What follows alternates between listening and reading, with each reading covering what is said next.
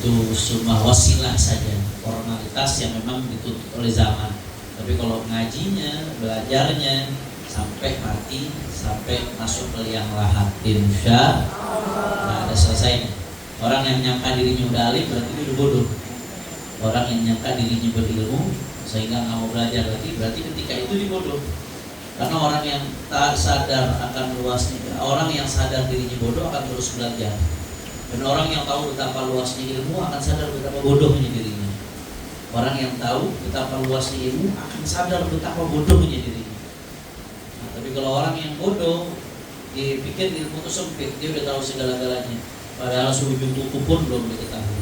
Ketika merasa dirinya berilmu, berarti seketika itu seseorang telah jatuh dalam kebodohan. Na'udzubillah min. Kita melanjutkan kajian kitab Risalatul Mu'awanah dari Imam Al-Haddad Ilahil Wara Sahil ala kulli man qara tasanif Al-Haddad al-ula ma ta'assara wa yassirnahu kullal umuri wa judlahu bi'afiyatil kubra wa ahsanahu al-qira wa jaddid lahu fi kulli hinin karamatan wa fadlan wa na'ishhu idza ma ta'athara.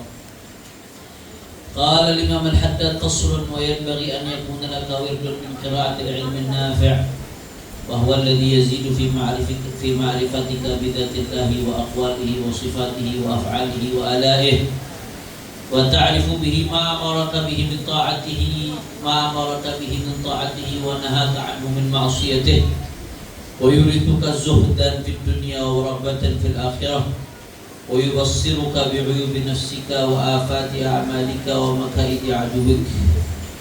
وهذا العلم مبثوث في الكتاب والسنة وكتب الأئمة وقد جمعه الإمام الغزالي في كتبه العظيمة القدر الكبيرة الخطر إلا من له بصيرة في الدين ورسوخ بالعلم وكمال في اليقين إلى آخر ما قال. Kata Imam Al-Haddad, di pertemuan yang lalu kita sudah bahas tentang pentingnya punya rutinitas baca Al-Qur'an. Di pertemuan yang lalu. Nah sekarang di antara rutinitas ya, kitab ini Risalatul Mu'awanah, kitab yang membahas di antaranya tentang manajemen waktu. Apa rutinitas kita sehari-hari sebagai kalau mau jadi hamba Allah yang baik, menjadi hamba Allah yang soleh, mau bahagia dari dunia sampai akhiratnya. Jadi Risalatul Mu'awanah ini bicara tentang manajemen waktu, salah satu yang dibahas dalam Risalatul Mu'awanah.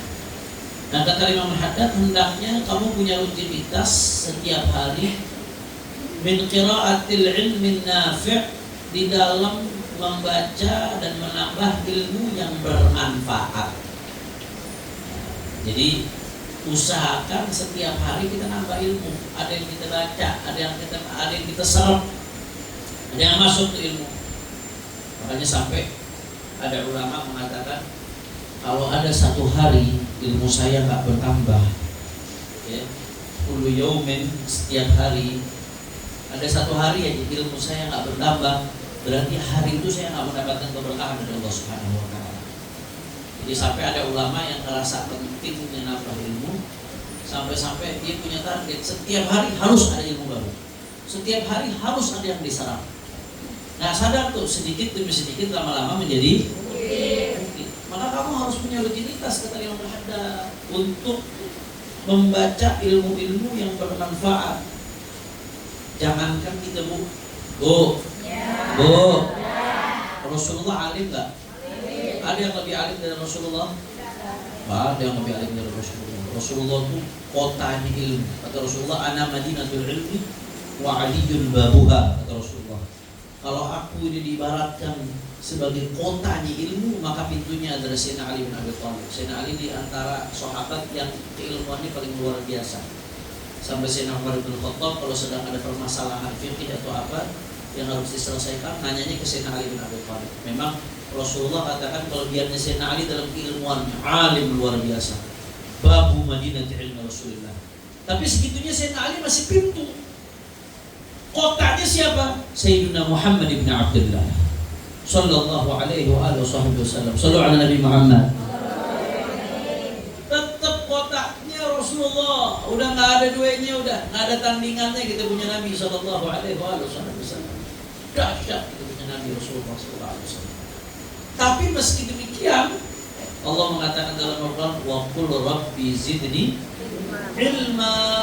Allah katakan kepada Nabi, katakan wahai Muhammad, qul, Rabbi zidni ilma, tambahkan aku ilmu lagi Allah, tambahkan aku ilmu lagi Allah, tambahkan aku ilmu lagi Allah. Nabi ilmunya kurang apa, tapi Allah masih suruh terus minta kepada Allah supaya ditambahin ilmu. Artinya Nabi ngedorong kita, Allah ngedorong kita melalui Nabi supaya kita sebagai manusia setiap hari, setiap saat harus bertambah ilmu. Jelas atau tidak? Jadi itu harus jadi target kita, Bu. Dan itu juga yang harus ibu-ibu sekalian tanamkan kepada anak-anak. Harus ditanamkan ke anak-anak kita. Dan sampai kapanpun harus ada nambah ilmu. Setiap hari harus ada ilmu yang bertambah. Jangan sampai ada satu hari pun kosong tanpa ilmu. Ilmu yang bagaimana? Kata Imam Al-Haddad, wa huwa alladhi yazidu fi ma'rifatika bidzatillahi. Ilmu yang bikin kamu makin kenal dengan zatnya Allah. Wa aqwalihi, makin kenal dengan firman-firmannya Allah.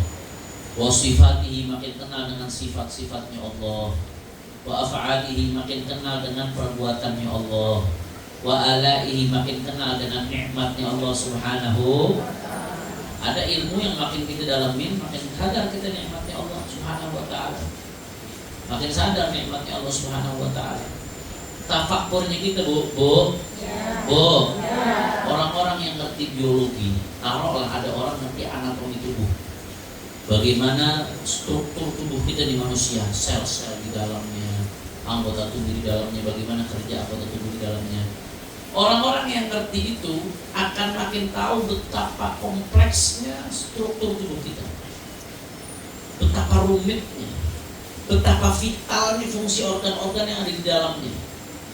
Semakin mereka tahu betapa vitalnya fungsi organ yang ada di dalamnya, betapa kompleksnya, betapa dahsyatnya, akan semakin sadar betapa maha agungnya yang menciptakan itu semua. Siapa yang menciptakan itu semua? Jadi ilmu umum sekalipun bisa buat kita makin sadar. Subhanallah, saya yang banyak dosa, yang banyak maksiat, yang ibadah pas-pasan, Allah kasih kenikmatan sedemikian rupa yang dahsyat yang manusia pun gak bisa nyiptakan kenikmatan itu. Jadi bukan hanya ilmu agama, kadang-kadang ilmu-ilmu umum sekalipun yang menyingkap betapa dahsyatnya diciptakan Allah, itu menjadi bukti betapa dahsyatnya Sang Pencipta. Kalau kita niatkan itu untuk tafakkur, maka itu bisa menjadi ilmu yang semakin mengenalkan kita kepada nikmat-nikmatnya Allah Subhanahu wa ta'ala. Jadi beda tadaburnya kita sama tadaburnya orang ahli biologi, beda. Tadaburnya kita dengan tadaburnya orang ahli fisika yang tahu betapa dahsyatnya itu ciptaan Allah semua bisa dimanfaatkan, beda. Tadaburnya kita dengan tadabur orang-orang yang punya kedalaman keilmuan di bidangnya, mereka bisa lebih dahsyat tadaburnya. Kalau diniatkan dengan baik, ilmu-ilmu itu bisa menjadi ilmu yang bermanfaat untuk dunia akhiratnya. Jadi kata yang hadir ilmu yang seperti itu, kita setiap hari harus ada tambahan ilmu yang bikin kita makin kenal sama Allah, kenal sama firman Allah, kenal dengan sifat Allah, kenal dengan perbuatan Allah, kenal dengan alaihi, dengan nikmat-nikmat Allah Subhanahu wa ta'ala. Kemudian di antara ilmu yang gak kalah penting, tadi ilmu yang bikin kita makin kenal kepada Allah, itu satu tuh, ya. Jadi nomor satu, ilmu yang harus kita tambah setiap hari, ilmu yang bikin kita makin kenal kepada Allah Subhanahu wa ta'ala. Yang kedua, wa ta'rifu bihi ma amaraka bihi min ta'atih wa nahaka an ma'siyatih. Ilmu untuk kita tahu yang mana perintah Allah, yang mana larangan Allah. Itu penting, setiap saat kita harus nampak ilmu yang seperti itu. Supaya apa? Karena kita ini sadar kita bakal mati. Semua perbuatan kita akan dipertanggungjawabkan di hadapan Allah. Kalau kita nggak tahu yang mana yang Allah perintahkan, nggak tahu yang mana yang Allah larang, maka apa yang akan terjadi? Yang akan terjadi, kita akhirnya melanggar aturan Allah. Kalau melanggar aturan Allah, berat kan tanggung jawabnya. Maka yang kedua kata Imam Haddad, yang kita harus bertambah setiap hari, ilmu yang menyebabkan kita tahu aturannya Allah Subhanahu wa ta'ala. Yang kedua. Itu sekarang yang keberapa nih? Yang ketiga, kata Imam Haddad, ilmu yang kita disuruh memperbanyak ilmu tersebut, wa yurithuka zuhdan fid dunya wa raghbatan fil akhirah. Ilmu yang ketiga yang harus kita tambah setiap hari, ilmu yang bikin kita zuhud di dunia dan semangat buat dapetin akhirat. Zuhud ini, Bu. Jadi ilmu yang ketiga, ilmu yang bikin kita zuhud di dunia, tapi membuat kita jadi semangat buat dapetin akhirat. Bu, Bu, Ya. zuhud itu bukan berarti pakai baju compang-camping. Zuhud itu nggak harus tampil gembel. Zuhud enggak. Ada guru saya Syekhul Al-Allamah Profesor Al-Harif Abdullah bin Muhammad Baharun. Zuhud itu bukan kamu nggak punya dunia, tapi zuhud itu bagaimana caranya kamu nggak diperbudak dunia. Itu zuhud. Ada orang nggak punya dunia, tapi hatinya diperbudak dunia. Melihatin barang orang aja kerjaannya, ngiri sama orang aja kerjaannya. Makanya panjang, ainuh tawilah, matanya panjang. Mata panjang itu bu, mata panjang kalau dalam urusan harta, kayak dalam urusan pasangan, kayak dalam urusan segala macam. Itu yang pertama dicabut dari mata panjang tuh kenikmatan, kita dicabut. Yang kedua qanaah, rasa cukup itu dicabut gara-gara mata panjang. Dia udah punya kenikmatan di depan matanya, punya mobil Allah kasih, cuman ngerasa bagusan mobil dia, matanya panjang, demennya ngelihat punya orang. Akhirnya apa? Padahal mobil dia itu udah nikmat, tapi gara-gara matanya panjang akhirnya ngerasainnya udah bukan nikmat, kenikmatannya udah nggak ada. Dikasih laki, alhamdulillah. Biar kadang-kadang ngebelin sedikit bu, masih alhamdulillah. Ada yang lakinya baru nikah, ada yang udah ditinggal laki, ada yang belum nikah. Cuma gara-gara matanya panjang, ya Allah, lakinya si Anu baik ya, lakinya si itu lembut banget, di statusnya dipajang, itu kelihatan status, yang di belakang status ibu gak tahu. Betul nggak bu? Mata panjang. Akhirnya gara-gara mata panjang, kenikmatan yang kita punya nggak berasa nikmat lagi, nggak bersyukur ya sama Allah Taala. Dan kita udah nggak ngerasain nikmat tuh yang dikasih sama Allah, gara-gara mata panjang. Nggak bagus, mata panjang nggak bagus. Akhirnya apa yang terjadi? Gara-gara mata panjang dalam urusan keluarga yang dilihatin, diperhatiin pasangan orang, belum nggak bersyukur sama yang Allah kasih. Akhirnya hubungannya jadi nggak harmonis, jadi ribut mulu, ujung-ujungnya kenikmatannya dicabut. Na'udzubillah min. Zuhud itu bukan berarti ngegembel. Zuhud itu bukan berarti nggak punya uang. Zuhud itu hatinya nggak diperbudak dunia. Ada orang nggak punya dunia di tangannya, tapi hatinya diperbudak dunia, matanya panjang aja. Nggak boleh lihat orang punya barang, nggak boleh lihat orang punya rezeki dikit, nggak boleh. Matanya panjang. Itu namanya nggak zuhud dia. Dia kepaksa miskin. Kepaksa miskin, nggak zuhud. Ada orang yang kaya, duitnya banyak, tapi harta nggak di hatinya, harta cuma di tangan dia. Buktinya apa? Apa yang wajib dikeluarin, orang butuh bantuan dikeluarin, semangat ngasih amal jariah. Kalau suatu saat pun dia harus kena musibah, hartanya ada apa-apa, ini apa saya? Ini Allah, titipan Allah. Orang yang begitu, biar kata mobilnya 10 biji, biar kata rumahnya 15, biar kata hartanya di saldonya 2 triliun, tapi kalau hatinya seperti itu, zuhud tuh orang yang begitu tuh. Jelas atau tidak? Tapi biar kata nggak punya rumah, hidup ngegembel, compang-camping, tapi hatinya, matanya panjang, lihatin punya orang lain, itu nggak ada zuhud di situ. Jadi catat baik-baik itu, kata guru mulia Profesor Dr. Habib Abdullah bin Muhammad Baharun. Beliau mengatakan zuhud itu, ya saya sekali lagi saya catat, zuhud itu artinya bukan tidak memiliki dunia, tapi zuhud itu berarti hatinya tidak diperbudak oleh dunia. Bahasa gampangnya, dunia di tangan, bukan di hati. Dunia di tangan, bukan di hati. Sallu ala Nabi Muhammad. Nah, ilmu yang ketiga yang mesti kita pelajari tentang haddad, yang nggak boleh kita lepas setiap hari, ilmu yang bikin kita makin zuhud terhadap dunia dan makin bikin kita makin semangat buat nyari akhirat. Ilmu yang keberapa sekarang? Yang keempat, wa yubassiruka bi'uyubi nafsika wa afati a'malika wa makaidi aduwik. Ilmu yang keempat, ilmu yang bikin kita paham aib diri kita, kekurangan diri kita, apa saja bahaya yang ada, yang kita hadapi daripada musuh kita hawa nafsu, musuh kita syaitan. Jadi sadar tentang kekurangan dirinya. Nah, idza ahabballahu 'abdan bassarahu bi'uyubi nafsihi. Dalam hadis disebutkan, kalau Allah udah cinta sama seorang hamba, Allah bikin hamba itu sadar akan kekurangan dirinya, bukan sibuk sama kekurangan orang lain. majelis dengar nasihat, otaknya dibikin, ini buat siapa ini ya? Oh ini buat si Ano cocoknya noh. Buat si itu tuh cocoknya tuh.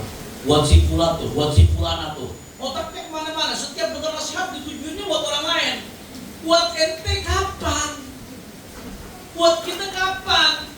Kita butuh ilmu yang bikin kita sadar akan kekurangan kita, sehingga bisa kita perbaiki supaya apa? Kalau besok mati udah siap.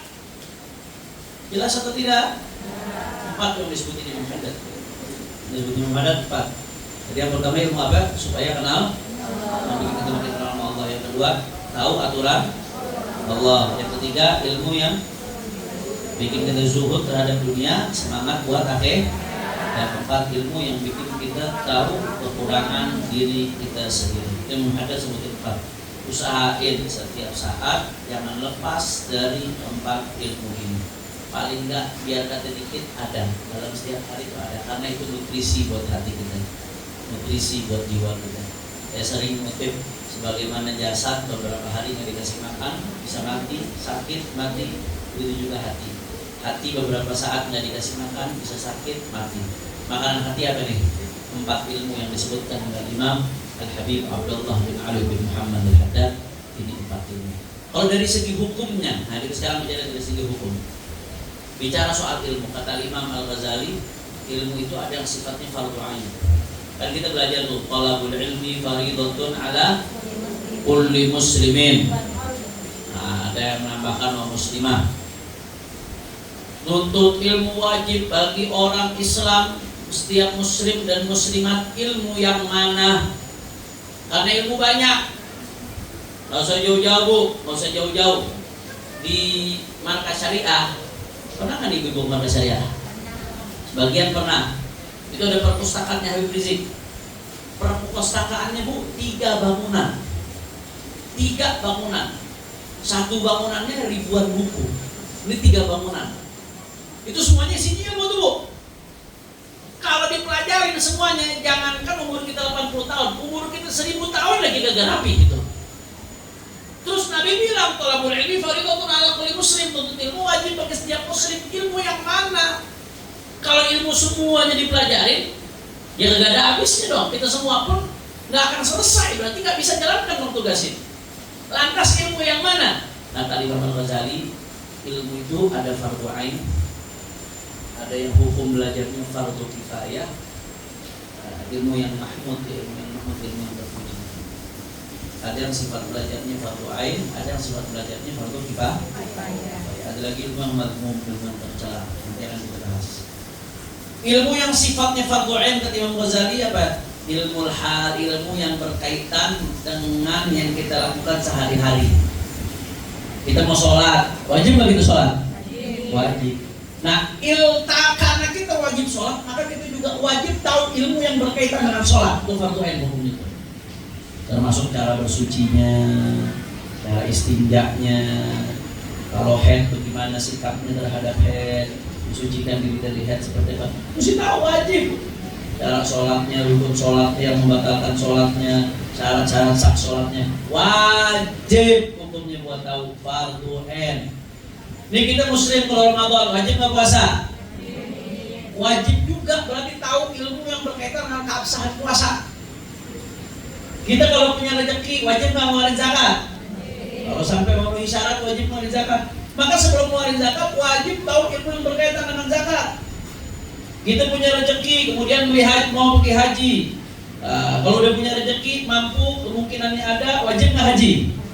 Wajib. Maka wajib tahu ilmu yang berkaitan dengan haji kalau kamu mau pergi haji. Itu namanya ilmu hal, itu fardhu ain. Anda mau jual beli transaksi, jual beli B wa syira dengan segala macam akad transaksinya diatur dalam syariat. Maka berarti sebelum kamu jual beli sebagai seorang muslim, kamu terikat dengan aturan jual beli dalam Islam. Wajib mempelajari itu. Kamu mau nikah, di nikah itu ada aturan hukum yang berkaitan dengan keabsahan nikah, yang berkaitan dengan talak. Maka sebelum kamu nikah, wajib kamu mempelajari hukum-hukum yang berkaitan dengan nikah, yang sekiranya akan kamu hadapi masalah tersebut. Kalau nggak tahu, tanya hukumnya. Ilmu yang seperti itu hukumnya fardhu. Termasuk Kata Sayyidina Imam Al-Ghazali dan dijelaskan juga secara lebih rinci oleh Habib Abdurrahman Al-Faqih Alamatul Dunia dan kitab Kashful Haq, ilmu tentang penyakit hati, cara ngebersihin hati, yang sekiranya kalau kita nggak bersihin itu akan menyebabkan kita jatuh dalam murka Allah. Cinta maksiat, sombong, cinta kekufuran, cinta kefasikan. Itu kalau itu penyakit hati itu, Bu. Kalau kita nggak bersihin, oh bahaya. Ujung-ujung kita bisa terjerumus dalam larangannya Allah Ta'ala, terjerumus dalam murkanya Allah Subhanahu Wa Ta'ala. Maka yang seperti itu, ilmu buat membersihin hati atau yang disebut dengan ilmu at-tasawuf, sebutlah ilmu akhlak juga, sebut ilmu suluk juga, itu juga hukumnya bisa wah.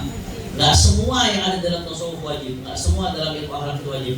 Yang wajib yang sekiranya untuk membersihkan sifat-sifat penyakit hati yang bisa menyebabkan kita jatuh dalam murkanya Allah Subhanahu. Jelas atau tidak?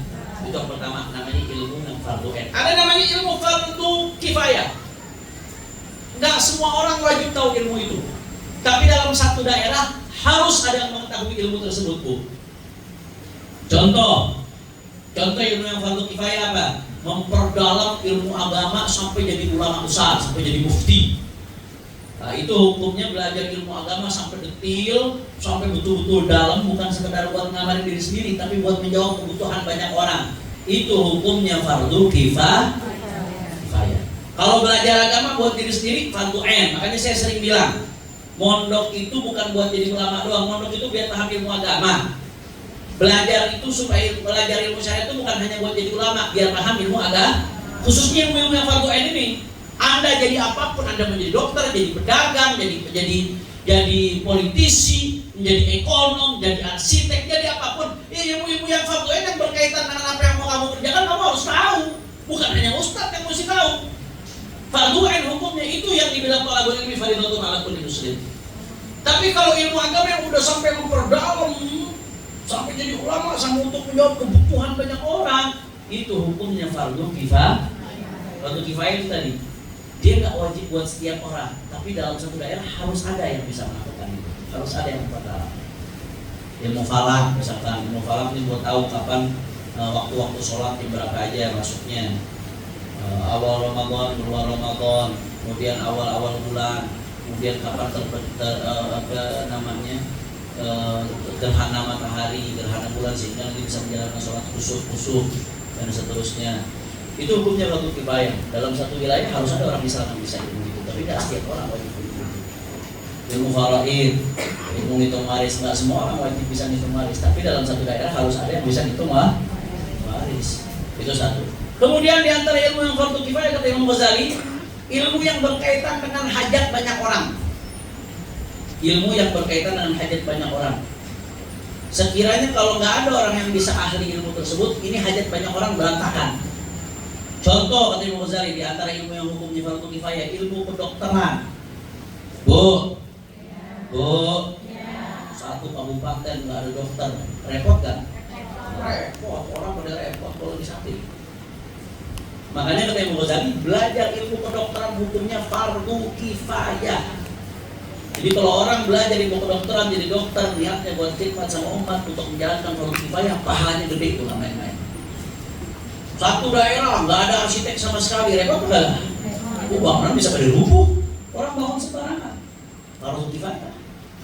Satu daerah nggak ada yang ngerti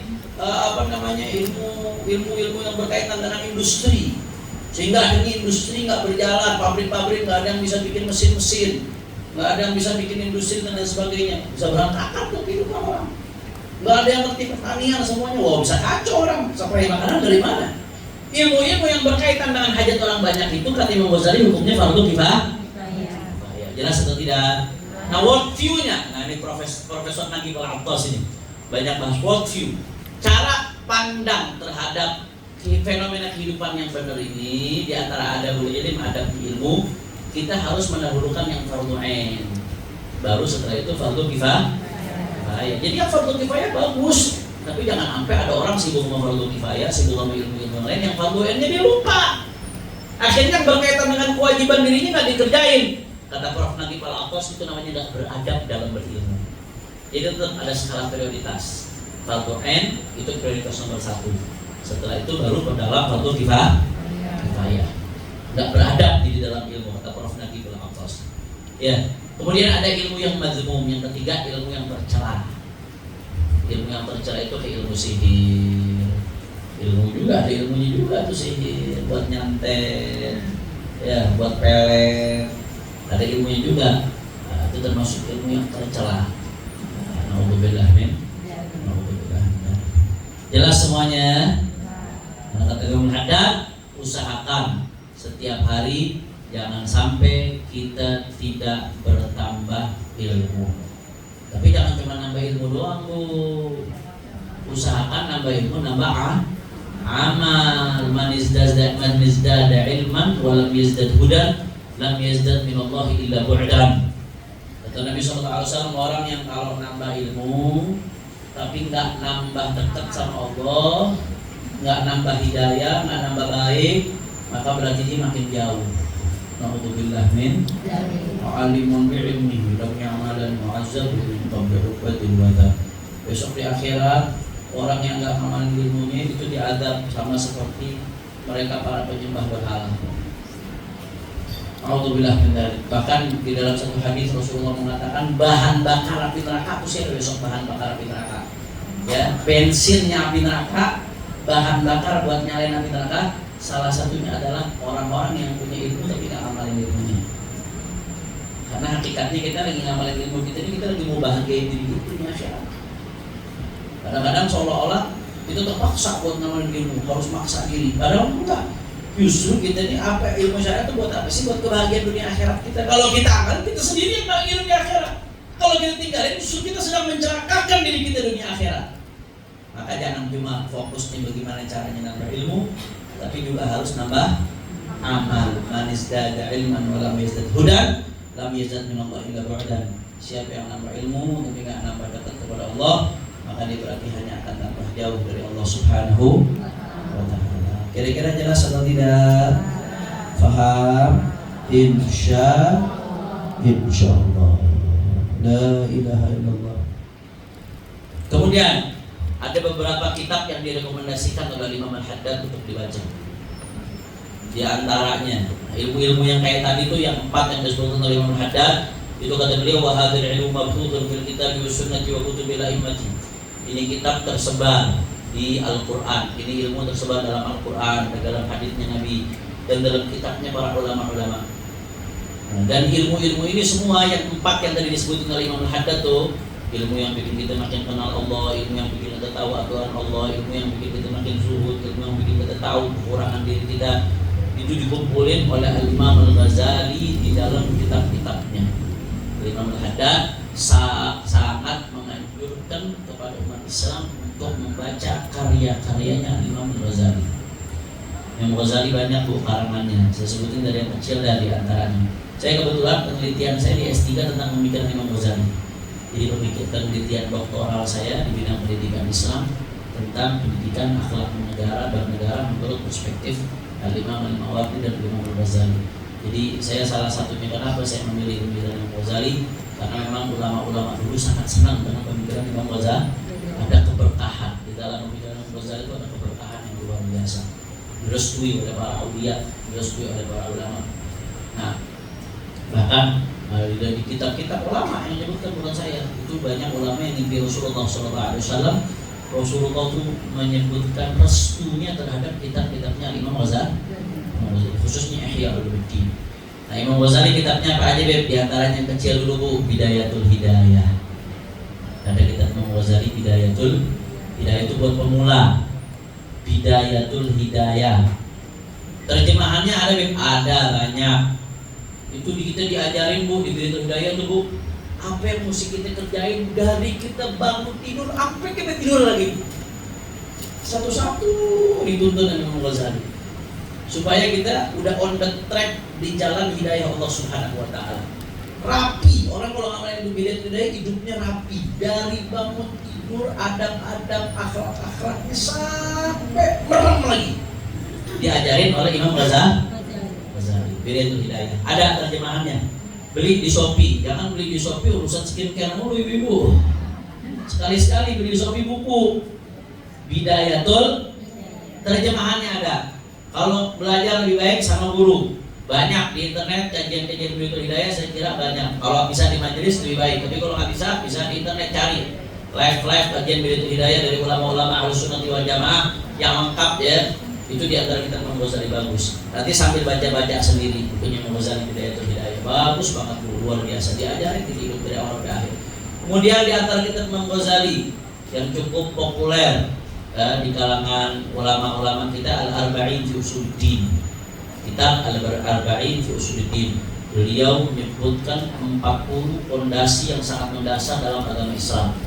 Kalau 40 ini kita jadi pedoman dalam hidup kita, udah selamat beliau.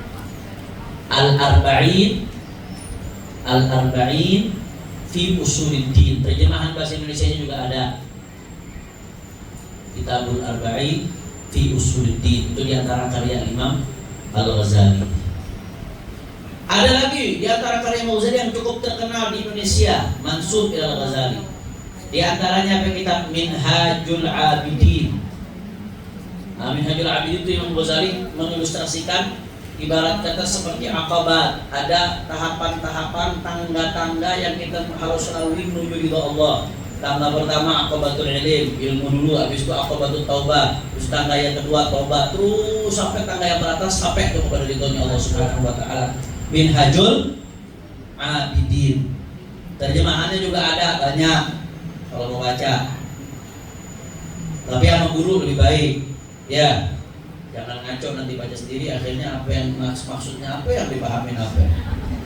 Kadang-kadang baca terjemahan juga penerjemah belum tentu benar. Penerjemahnya belum tentu benar kadang-kadang.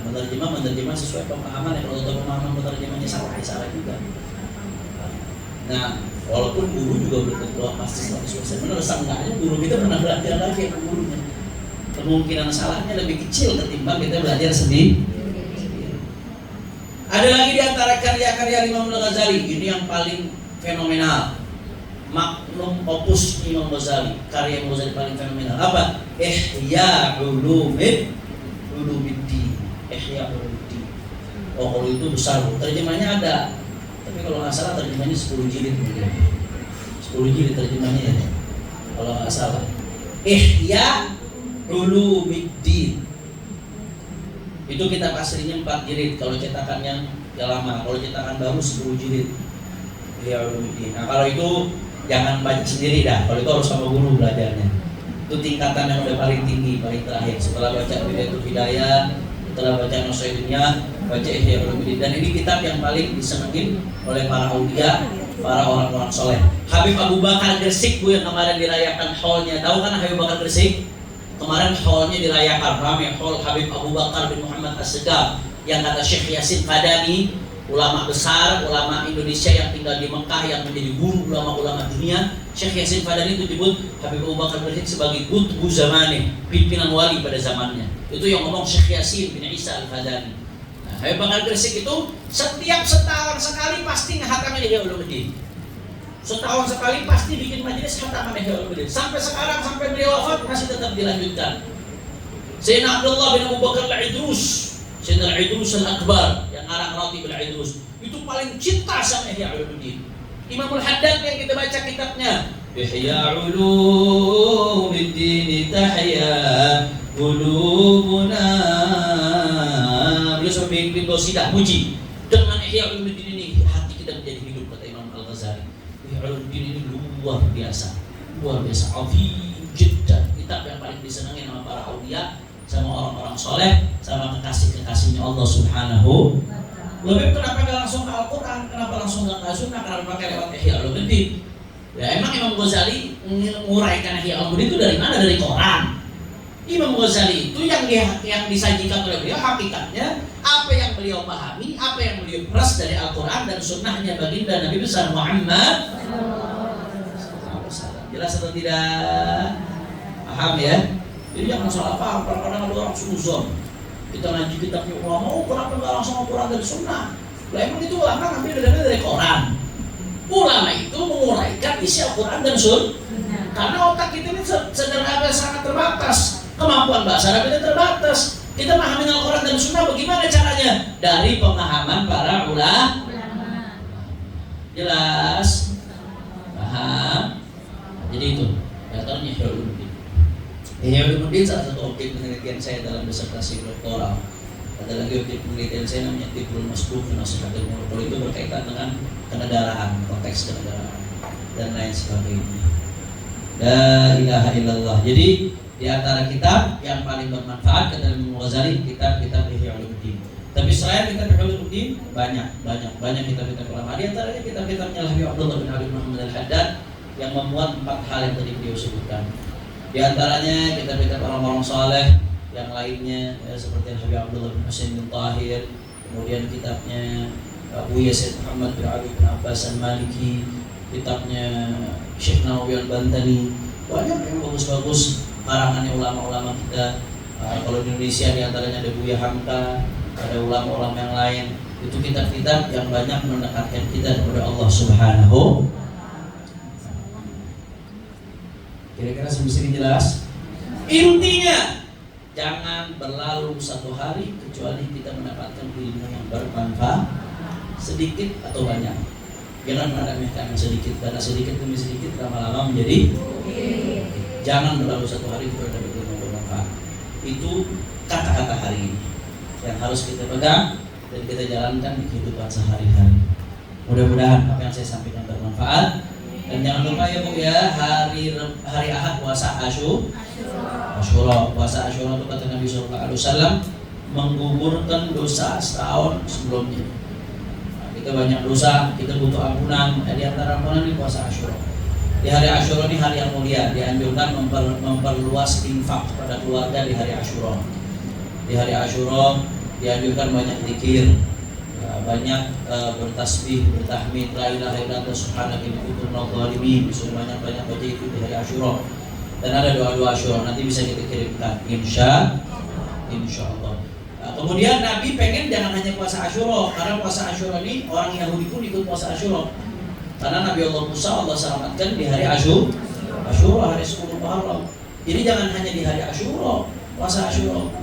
Ya puasanya. Nabi waktu di akhir hayatnya Nabi mengatakan la in baqitul qabil la asumanna tasi'.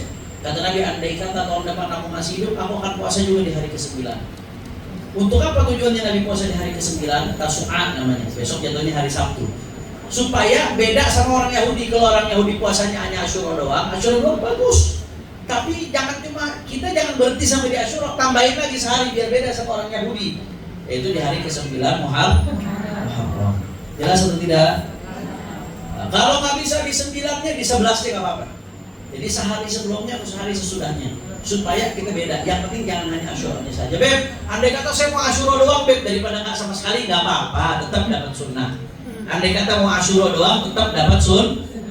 Tapi yang lebih baik Asyura ditambahkan sehari sebelumnya atau kalau atau berarti pilihan atau bukan? Pilihan. Atau sehari sesudahnya. Puasa Asyura, insyaallah. Dan kita kalau yang di Jakarta hari Asyura Imam Besar mengadakan bikin Asyura di luar Batak biasanya sampai buka puasa bersama di sana. Ya. Dan saya mengundang ibu-ibu sekalian, insyaallah guru mulia Syekhi Al-Allamah Profesor Dr. Al-Habib Abdullah bin Muhammad Baharun, Rektor Al-Ahqaf University, guru saya, murabbi saya akan datang hari Ahad ini. Ya, akan mendarat di Indonesia. Beliau ini guru saya, gurunya Habib Ali Al-Kaf, gurunya Buya Yahya, dan guru semua alumni Al-Ahqaf. Ya, beliau guru besar kami, beliau akan datang. Nah, ini kesempatan emas buat ibu lama. Beliau terakhir datang mungkin 5 atau 6 tahun yang lalu. Terakhir. Dan saya nggak tahu dengan kondisi beliau udah sepuh, kondisi kesehatan beliau panjang umur sehat walafiat. Saya nggak tahu kapan bakal datang lagi. Saya nggak tahu.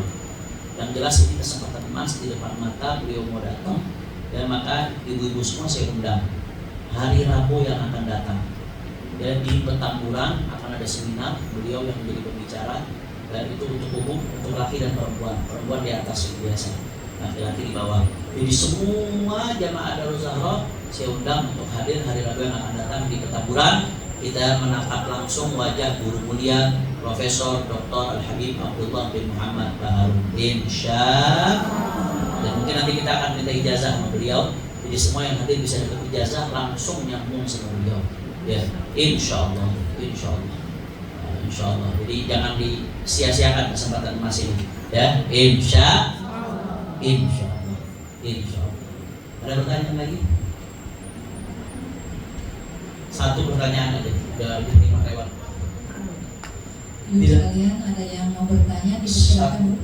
Terkait dengan tema yang dibahas ya? Tidak ada? Ada.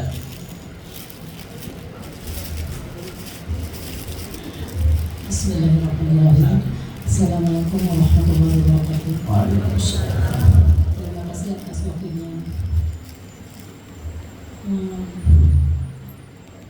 Tadi kita sudah mendengarkan tentang ilmu-ilmu fardu ain dan fardu kifayah.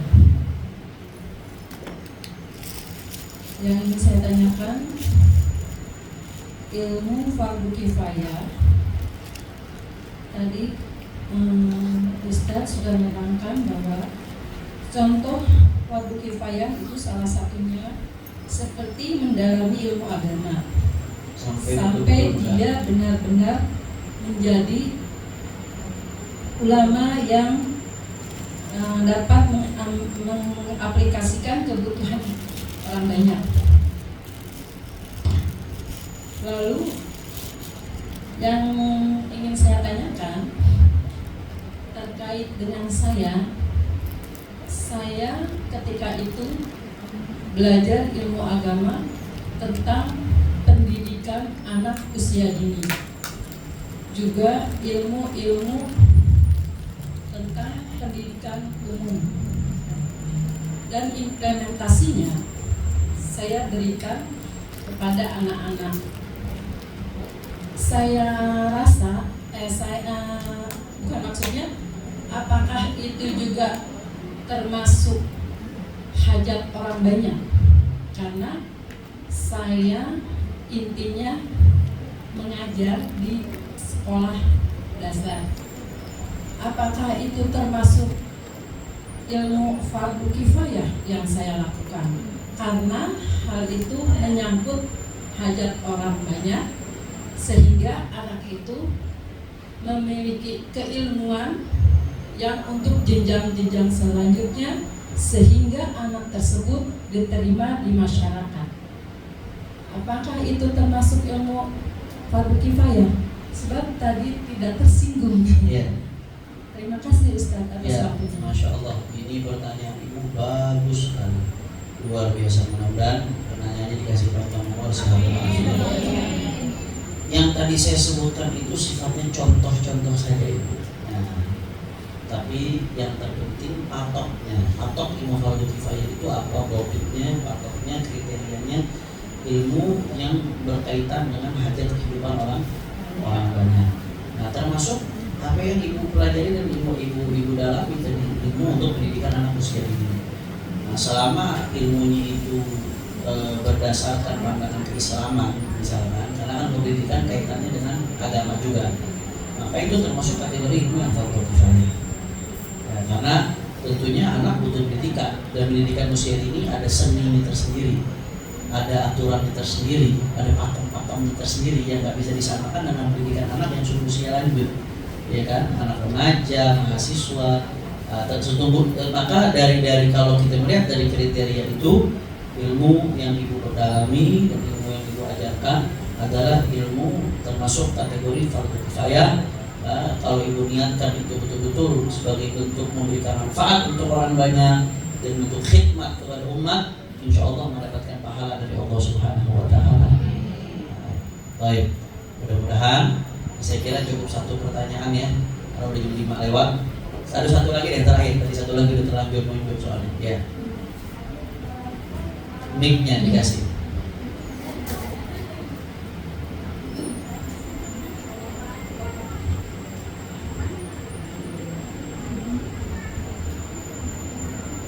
Assalamualaikum Habib. Waalaikumsalam warahmatullahi wabarakatuh. Habib mau nanya, ini kan menuntut ilmu kan dari semenjak lahir sampai akhir hayat ya. Terus untuk orang yang sudah lansia, yang sudah tidak bisa berbuat apa-apa gitu Habib ya, apa itu masih wajib untuk menuntut ilmu? Sedangkan dianya sendiri kadang ibarat kata kayak sudah pikun gitu. Itu gimana Habib? Apa masih ada kewajiban untuk itu? Terus apakah ada ilmu yang nggak bermanfaat Habib? Udah itu aja. Wassalamualaikum warahmatullahi wabarakatuh. Waalaikumsalam warahmatullahi wabarakatuh. Yang pertama, ya, setiap orang ada masanya, setiap masa ada orangnya. Nah, tadi ilmu-ilmu yang berkaitan dengan fardu ain itu wajib. Kalau dia sudah dipelajari, berarti udah gak wajib lagi bagi dia. Jadi kalau orang lansianya dulu pernah belajar tentang ilmu-ilmu dasar yang berkaitan dengan kewajiban dia sehari-hari, ya berarti dia udah cukup, udah gak perlu mempelajari itu lagi. Ya. Adapun nanti kalau ada dalam praktiknya ada hal yang dia pengen kerjain, dia nggak tahu hukumnya apa, tinggal ditanya. Sesederhana itu. Kemudian yang kedua, tadi Anda katakan setiap masa ada orangnya, setiap orang ada masanya. Di dalam setiap fase kehidupan itu ada prioritas. Saya kasih contoh gini, ada banyak ulama yang begini. Umur dari mumayyiz ini 7 tahun biasanya, sampai umur 30, biasanya prioritas utamanya belajar. Nanti ada orang yang 25 ke atas sampai 40, prioritas utamanya meniti karir. 40 ke atas, prioritas utamanya udah mulai ibadah, prioritas utama. Bukan berarti ninggalin ya. Ada nasihat ulama, utlubul ilma talaban la yadurru bil ibadah, utlubul ibadah talaban la yadurru bil ilm. Lakukanlah, carilah ilmu, tapi jangan sampai kamu mencari ilmu sampai lupa ibadah. Lakukanlah ibadah, tapi jangan sampai ibadah yang kamu lakukan sampai lupa, bikin kamu lupa cari ilmu. Harus ada keseimbangan di situ. Cuman memang kadang-kadang setiap fase ada prioritasnya. Biasanya fase-fase anak muda tuh fase yang akan tulang, totalitas dalam bentuk ilmu luar biasa. Saya kalau mau belajar kayak dulu zaman mondok, sekarang udah gak punya waktu. Zaman mondok dulu belajar bangun jam 3 udah ngapalin sampai subuh. Habis selesai subuh wirid, habis itu belajar lagi sampai jam 6. Habis itu olahraga sebentar di pondok, lanjut belajar sendiri sampai setengah 8, makan sebentar masuk kelas sampai jam 12. Jam 12 zuhur makan siang sebentar istirahat malam setengah jam, belajar lagi sampai maghrib saya belajar. Habis maghrib masuk ke kelas pelajaran. Habis sampai isya itu hafalan. Selesai itu makan sebentar, belajar lagi jam 10, jam 10 tidur. Saya kalau disuruh pulang sekarang nggak bakal kuat tuh. Sekarang udah ada anak, ada bini, udah ada anak, ada istri, ada ngajar, ada keluarga yang harus dinafkahi, ada tanggung jawab di organisasi, ada tanggung jawab saya dosen juga, ada tanggung jawab di yayasan juga, tanggung jawab udah banyak. Belum lagi urusan orang nanya, belum, nggak bisa. Tetap saya belajar, sampai sekarang saya masih baca kitab. Saya mau ngajar pun belajar dulu. Di mobil kadang saya nyempetin buat belajar apa yang akan saya ajarkan. Harus mutolaah seperti itu. Tapi fase prioritasnya udah berbeda. Ya, ada itu. Maka ada ulama ngomong begini, bicara soal prioritasnya. Manfaat tahun kitab, fala yafutuhul mihrab. Manfaat tahun mihrab, fala yafutuhul adab. Orang yang udah nggak sempat memperdalam ilmu, kitab itu kan simbol ilmu. Maka jangan sampai dia kehilangan ibadahnya. Nanti udah nggak bisa memperdalam ilmu, minimal ya waktu habisin buat ibadah. Udah nggak sempat jadi ulama, masa jadi ahli ibadah nggak bisa juga. Tapi kalau emang udah belum nggak bisa juga, belum untuk kualitas ibadah, kalau futur adab minimal jadi orang yang baik, akhlaknya baik, nggak nyakitin orang, bantu orang minimal tuh. Masing-masing ada prioritas. Jadi kembali ke pertanyaan ibu tadi, kalau orang tua seperti itu, apakah dia masih wajib belajar? Tadi jawabannya, kalau dia udah pernah mempelajari ilmu yang wajib tadi, udah cukup bagi dia. Nanti tinggal prioritasnya saja. Tapi ada orang tua hadir di majelis ilmu itu kesenangan buat hatinya. Justru itu refreshing buat dia, ada yang begitu. Kalau nggak ngaji sakit, betul nggak bu? Malah sumpah hati. Nah, itu kan nggak mencegah dia untuk terus menuntut ilmu. Ya, nggak mencegah dia untuk terus menuntut ilmu. Kemudian pertanyaan yang kedua, ada nggak ilmu yang bermanfaat? Ada. Sebagaimana ada ilmu yang bermanfaat, ada juga ilmu yang tidak bermanfaat.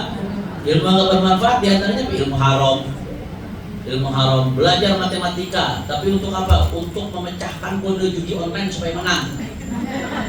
Itu namanya ilmu yang tidak bermanfaat tuh. Nah jelas. Belajar ilmu nuklir, buat apa? Buat bikin senjata, buat nyerang Palestina. Astagfirullahaladzim. Itu namanya ilmu yang nggak bermanfaat. Belajar ilmu agama, tapi cuma buat debat doang, bukan buat diamalin. Kalau debatnya untuk dalam rangka jaga akidah umat, ceritanya enggak, cuma buat pamer doang, buat ribut doang di grup. Nggak ada kerjaannya, itu namanya ilmu yang tidak bermanfaat. Ilmu yang bermanfaat kan bagaimana? Yang tadi disebutin Imam Haddad, 4 ilmu itu.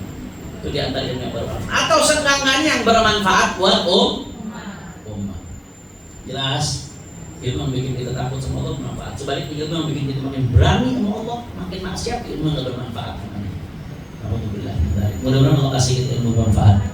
Allah sallallahu alaihi wasallam, afdalu ma qultu wa ana wan nabiyyuna min qabli, la ilaha illallah, la ilaha illallah, la ilaha illallah, Muhammadur Rasulullah sallallahu alaihi wasallam, la ilaha illallah,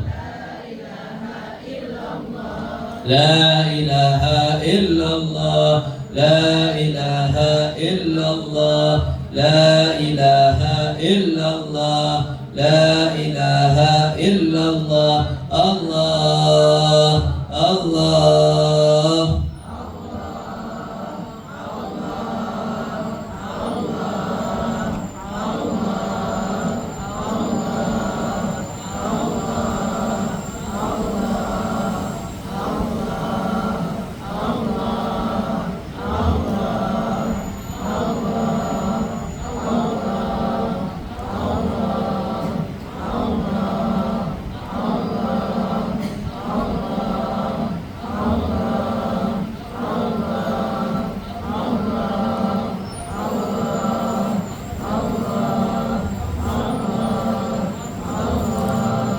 Allahu la ilaha illallah, Muhammadur Rasulullah, la ilaha illallah, Muhammadur Rasulullah, la ilaha illallah, Muhammadur Rasulullah sallallahu alaihi wasallam, la ilaha illallah.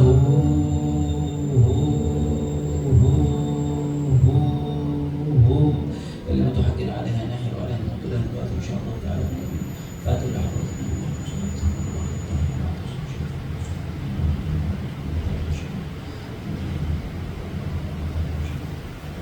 Surah Al-Fatihah.